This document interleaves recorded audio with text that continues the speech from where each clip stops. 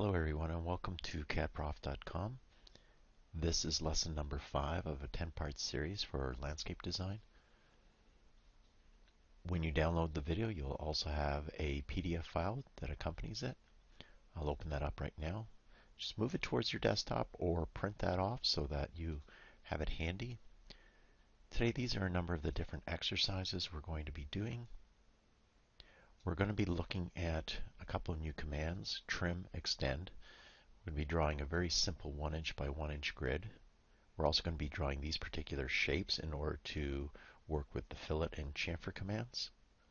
And then we're going to work on the actual project itself, looking not only at the construction, but also a couple different techniques and some of the geometry that we should be aware of when we're drawing such elements. Alright, I'm going to close down the PDF file and I'm going to launch AutoCAD. And as usual, we'll start with the DWT template file. We'll go through the process of setting up a page in order to practice some of the exercises that we're going to be working on today. I'm just going to make my CAD program full screen. There we go. And I'll select File, New. Now these steps should become very familiar with you because we've repeated them so many times. We're going to click on the ACAD DWT, select Open, and let's set up our units.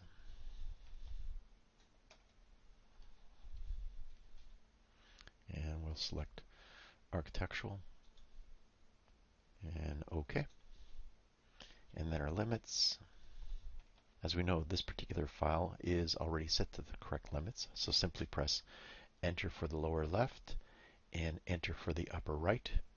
And let's set up our grid display. So I'm going to click in the Drawing Aids under Snap Settings, remove Adaptive, and Display Grid. We're going to leave it at 1/2 inch and zoom all. And in this lesson, we're going to begin with the trim and extend commands. So firstly, we're going to create some new layers to work with this particular exercise. I'm going to click on the new layer icon and select construction. And I'm going to change that to a red color. And we're also going to create a new layer called object. And I'm going to change that to a blue color. Select OK. So let's close down this menu. Let's make our construction grid visible by clicking on the construction layer, make it active. And what we're going to do is simply draw a straight horizontal line. Now, I mentioned this to you before. In order to draw perfectly horizontal vertical lines, we're going to use the F8 key. That's the ortho key. And so it restricts us to the direction that we can draw in. So I'm going to draw a line approximately about 9-10 inches long. And then press F8 again, just so that we don't forget we have it on. Press Enter. And based on last day's exercise, we're just simply going to select Offset, type in 1 and Enter, and do about 5 or 6 lines in this direction.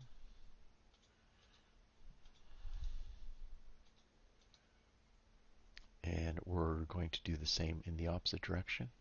So click on the line tool, and once again press F8, draw a nice vertical line, press Enter, and then offset that as well. 1 is already the default setting, so we'll leave it.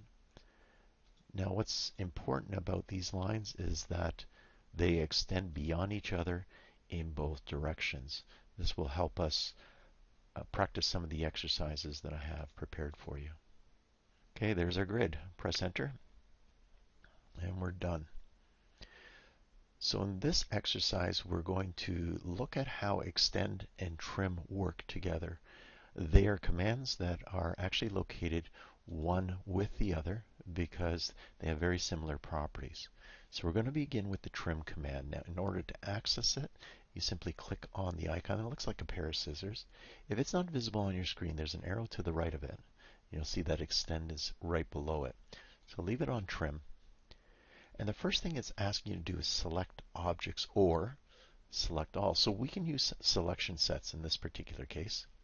And what I want you to do is simply click on the 4 outer lines. Now what we're actually doing is selecting the cutting edge. And by doing this, we can then identify whether it's the right side, left side, the upper part of the line, or the lower part of the line we want to keep. So I've selected those 4 lines. I'm going to press Enter. And then you can then click on the actual lines you want to get rid of. So I can do an individual selection, and I can do a crossing.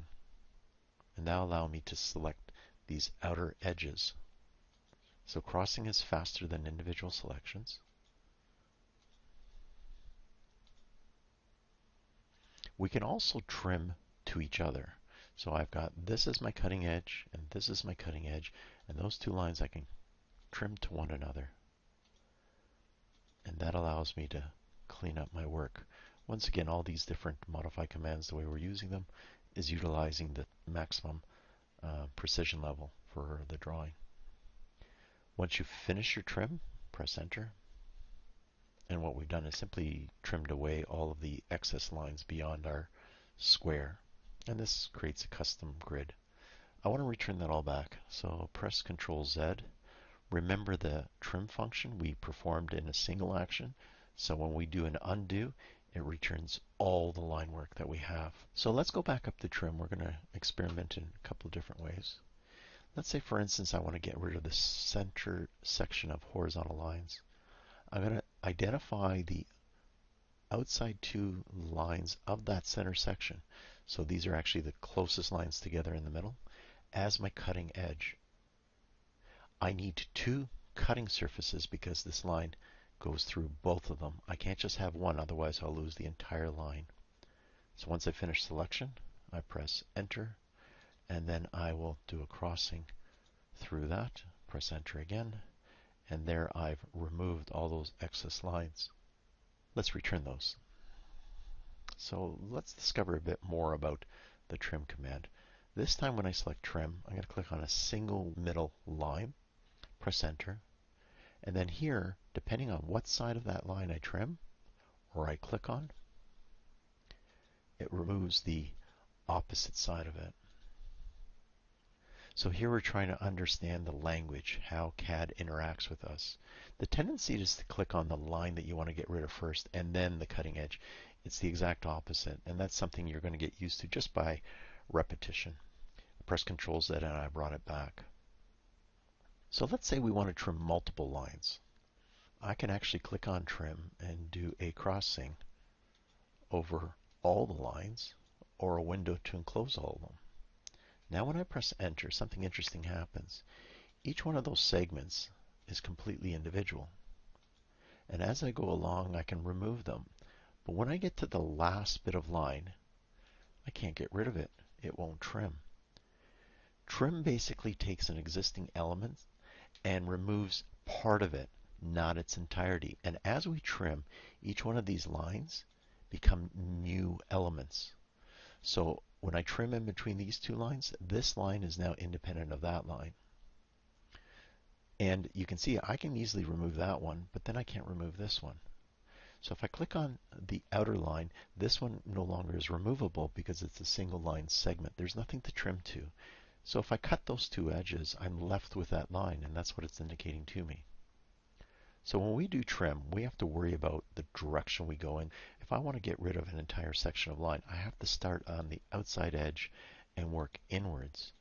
Because if I start in the middle and work outwards, I can't trim the last line. That is no longer a trim command, that is an erase command. So I finish trimming and press Enter. You can see now I can select that line. I can click on Erase and click on the line and get rid of it because it's just an erase command. These are also individual elements. So each one of these lines is now separate from the original line that you trimmed it from. Okay, let's see if we fully understand this. I've brought back all the lines, and I'm going to create a staircase effect. So I'm going to select Trim, do a crossing over every line, and then I'm going to finish my selection, and I'm going to use crossing to get rid of the outer edges. Now, when I'm doing the inner staircase, or the particular staircase that I have planned here, notice I'm starting on one end and working towards the other. This is the only way that I can create this step sequence and get rid of all the lines. If I started anywhere else, like in the middle, I'd be left with extra lines in the end, and then I would have to erase them. Try this. Okay, so once you've had an opportunity to work with this, and you may want to stop the video at this point just so you can practice with this, let's return back to our original shape. And this time we're going to use extend to do the exact opposite of what we've been doing here. So first of all, use trim. Click on one of the middle lines, select enter, and then do a crossing to remove all those outer lines, and then press enter. So now what we're going to do is we're going to extend these lines to this boundary edge. I'm going to switch icons from the trim command to the extend command, and now you can see it becomes part of the menu. So in order to extend, we don't click on the line we want to extend. We must first click on a boundary edge. So in this case, I'm going to select these three lines. So I have three boundary edges. Now I'm going to select enter. And as I click on the end of the line, you'll notice what it does is it will extend to the line that we selected as its boundary edge. If I want it to go to the next line, I have to click on it again. For instance, this one I'm going to click on 3 times to extend to the outer edge. That's how extend works. We must first select the outer edge that we want to extend to, and then the line we want to extend. Extend does have a couple of limitations. So let's undo, press Ctrl Z a couple of times, get back to where we were, and then press escape. Let's trim a number of other lines. So I'm switching from extend to trim. I'm going to click on the other center line that's going to leave me with a very short segment in between. Press enter, and then use a crossing to get rid of all those lines. Now, why did I do this?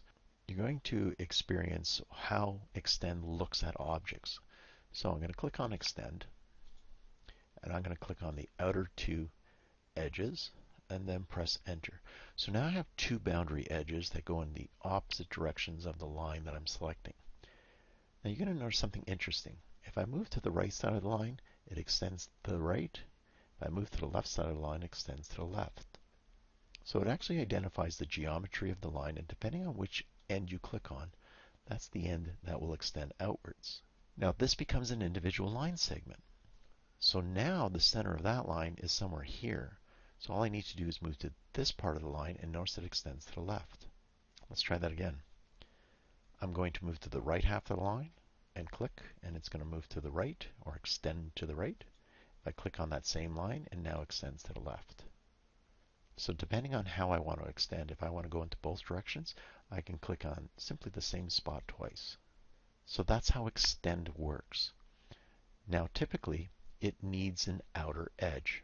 Click on one of the outer lines. Notice how there's 3 nodes? Just click on the last part of the node and move your mouse upwards. This is another way of trimming a line, but it doesn't have a precision unless it's got a boundary edge to work to. So I'm just going to move my mouse back and click. You'll notice that this line has a boundary edge, but this one doesn't. Let's see how it interacts with the program.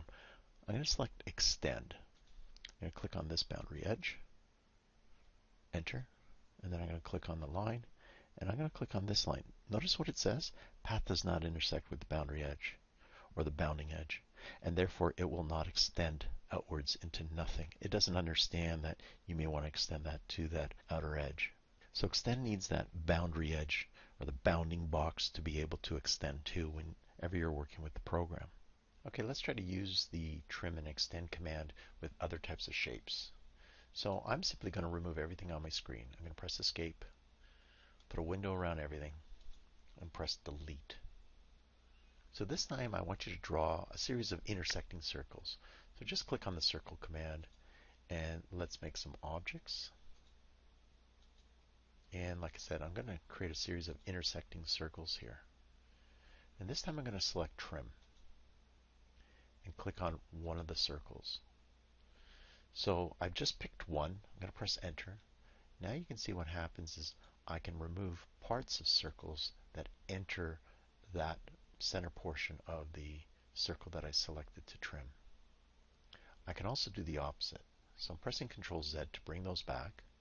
Where I'm still in the middle of the trim command, I haven't exited and restarted it. I can also trim away the outer edges of the circle. So I can either keep what's in the circle or outside of the circle, or I can do both since I have two of them. So I'm going to click on the inside of this circle and the outside of that circle and create a completely different shape. I can also select multiple circles, so I'm pressing Ctrl Z again, and this time I'm going to go up to trim and do a crossing it over everything, and now this allows me to pick multiple edges, and I can click on different areas, and you can see depending on the order that you pick things in, it'll allow you to trim away other objects. Now I can't trim this because again it's a single line segment. This is an erase command. Okay, let's return that. So let's see how this all relates to our project. Let's open up the drawing from last day. So I'm going to select File, Open, and there is my drawing that I was working on last day. And I'm going to zoom in by rolling my mouse onto my rebar section. And here's where we're going to add our radius to the rebar. So I'm going to add some circles to this. So I'm going to click on the circle command. Now you'll notice that there's an arrow down below. We explored this briefly the other day. We're going to select tangent, tangent, radius. You'll notice the instructions say 2-inch diameter. So I'm going to create a 1-inch radius, which will give me a 2-inch diameter. With tangent, tangent, radius, all we have to do is select the planes that the circle will touch. Where a tangent is any point on a circle where a line intersects and one point only. So I'm going to click on the horizontal line and the vertical line and type in 1 and enter, and you notice that there is my circle. So now I'm ready to trim. So I'm going to select trim. So we're actually going to be using the circle and the two lines as trim points. So I'm selecting all of them. Press enter. And I'm going to click on the inner portions of the line and the other part of the circle. And there is my 2-inch diameter radius. So let's do the same on the outer part of the rebar. So go back into the circle command, tangent, tangent, radius, and we're going to select the two lines, type in 1 for radius. There's our circle. Let's trim that away. Select trim, select the circle, zoom in to select the two lines, press enter, and once again remove the two inner lines in the outer part of the circle. You're going to notice that something looks wrong. So why is this not correct? If you look at the diagram that I supplied here, you'll notice that I'm using both radiuses as being the same when in fact they're not. If I do a 2-inch diameter circle, as I've shown in the diagram, they're not concentric, which is not the case. They should be concentric. So let's undo this. Control Z. So the inner circle will have a 2-inch diameter. The outer circle will have a 2.5-inch diameter because the actual rebar is 2.5 inches. So let's do this again. So we'll click on circle and tangent, tangent, radius, tangent, tangent. The radius is 1. And I'm going to perform the same task again. Circle, tangent, tangent, radius. Only this time, the radius out here is 1.5. And there's my two concentric circles. The outer radius now accommodates the fact that the rebar must maintain that radius as it rolls through the 90-degree curve. So I'm going to select trim, and I'm going to click on the inner circle and the two lines, press enter, and then enter again and enter again. Click on the outer circle, the two lines, press enter, click, click, and click, and now that looks correct. You'll notice that the rebar on the right is exactly the same as the rebar on the left. Let's just mirror that. So there's trim. Mirror is slightly inwards, and I'm going to click on mirror. And what I want to do is mirror the entire rebar. So I'm going to create a window around it. And I'm going to press enter because I don't want to mirror anything else.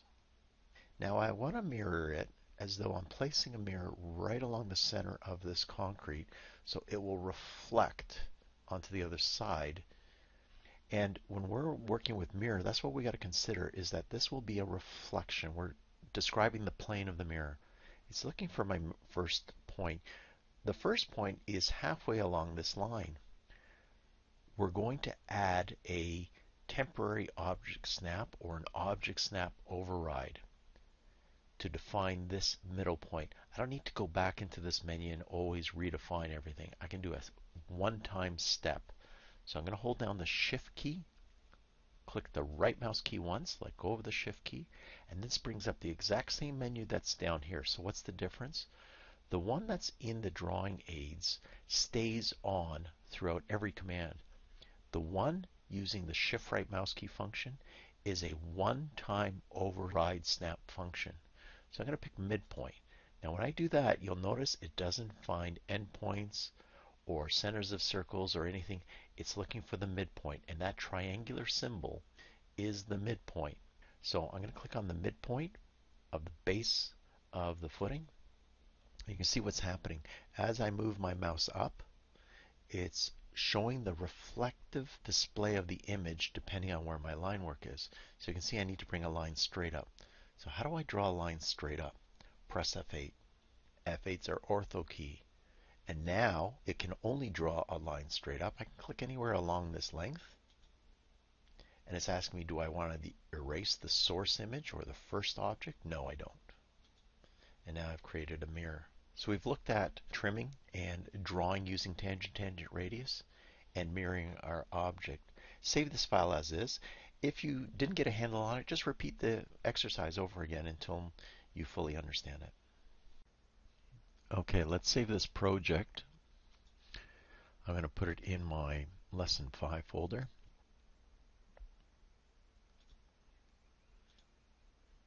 I'm just going to double click to make sure the folder's open. Drawing number 1, so that we can refer back to it at a later time. In my tabs, I still have drawing 1. I never closed this file, so this is the one we were working on earlier. We're going to be drawing the figurines I have shown with the PDF for the fillet and the chamfer. So I'm simply going to select everything using a crossing and delete. And while I'm in the construction layer, I'm going to draw those 6 items. Well, what I'll do is I'll draw 3 of them and then just copy them. My ortho key is still on, so I'll press F8 to remove it. These don't have to be accurate. They're simply to show you how the fillet and the chamfer command work. And the essence of this is that one of the images crosses over. The other image is a continuous set of 2 lines. And the third image, the 2 lines do not meet. Once you've created the first set of 3, simply copy those images straight down below. So the fillet command works on the principle of selecting 2 lines and identifying the radius you want to have placed between them. I'm going to click on the fillet command. I'm going to type in R and enter for radius, and I'm going to type in 0.25 and enter. Now I'm going to click on the lines that I want to have this radius fill. So I'm going to click on my vertical line and then my diagonal line, and see what it does. It adds the radius and trims off the excess line beyond the arc. So let's try this again. I'm going to simply press the enter key because the radius is already preset. Once we type it in once, it maintains as the default radius throughout this drawing while the drawing's open. As soon as I save the drawing, close it, and then reopen it, it's back down to its default setting. So let's see if it works on these 2 lines that meet at an intersection, and it does. Press enter, and then I'm going to click on these 2 lines that don't connect at all. Click on the one, click on the other, and yes, it works in all 3 cases. Now it actually draws a new line segment. I'm going to undo these three, and this time I'm going to switch to the object layer. So when I select Fillet, and I want to make sure that I have a radius of 0.25 again, so I'm going to type in R and enter, put in 0.25. Now you may wonder, why did it go back to 0? Because I had undone the previous set of commands, which included setting the radius. And now I'm going to click on the two lines, and look what it does. It's a modify tool. So even though I've selected the two lines, and it's drawing a brand new arc between them, that arc is part of the modify function, so it takes on the property of what the original line work was as opposed to the layer that currently exists. Let's try it again. Press enter, click on the two lines, and it works in all three cases. So we also have the chamfer command. Click on the fillet, the arrow to the right, and select chamfer, and you see what it does. It adds a line segment rather than an arc. And you notice there's a number of options down below. We're just going to try the distance one for now. So type in D and enter. It's the blue highlighted letter, so we don't have to type in the entire word. And it's looking for two different numbers. We're going to put in 0.25 and press enter. And for the second number, we're going to type in 0.5 and press enter. And let's see what that actually means. We're going to select the first line. I'm going to select the vertical one and then the diagonal one. And this is how it's identified what angle this line is. So the actual angle of that line is 0.25 in one direction and 0.5 in the other. Let's try it on the other one, see if this will make a bit more sense. Press enter again. The distance is already preset. You can see the default setting is what we've selected. This time I'm going to select the diagonal line that's above and then the lower diagonal line. And let's see what's happening. So what's being cut is the diagonal line here is a 1/4 inch cut, and the other diagonal line is a 1/2 inch cut, and that's what's giving us our chamfer. That makes more sense as somebody who would work with chamfer on a more regular instance. Let's try this once again with this one where they don't meet. And as I select one, see what it's actually doing? It's extending the line work to actually meet. Extend and trim, they needed bounding edges. This one doesn't. It'll extend it beyond the edges of the existing line. So what if I had several lines on my screen? I'm just going to draw these very quickly. And notice I'm in the object layer this time. If I have line work that spreads across my drawing, I can easily use the fillet command. Click on the two lines, and it extends them and adds the arc. I'm going to try again down here. Once again, it extends the line and adds the arc. So I can have lines from complete opposite ends of my drawing and be able to quickly connect them together without using extend or trim. So let's see how that relates to our particular project. I'm going to go back to L1 and I'm going to try to recreate this entire image. This time I'm going to copy, we're just going to copy the upper half and the lower half of the rebar. I'm going to leave the arcs alone. And this was more or less what we had before we started. The difference was these two were joined. So what I can do is I will select the fillet command where our first diameter was 2 and the radius was 1. So I'm going to type in R, enter, and 1 and enter. And I'm going to click on these two lines and there's my arc. The next one was 1.5. So press enter again for the fillet command. Type in R and enter to put in a radius. This time it's 1.5 and enter. Click on the first line segment.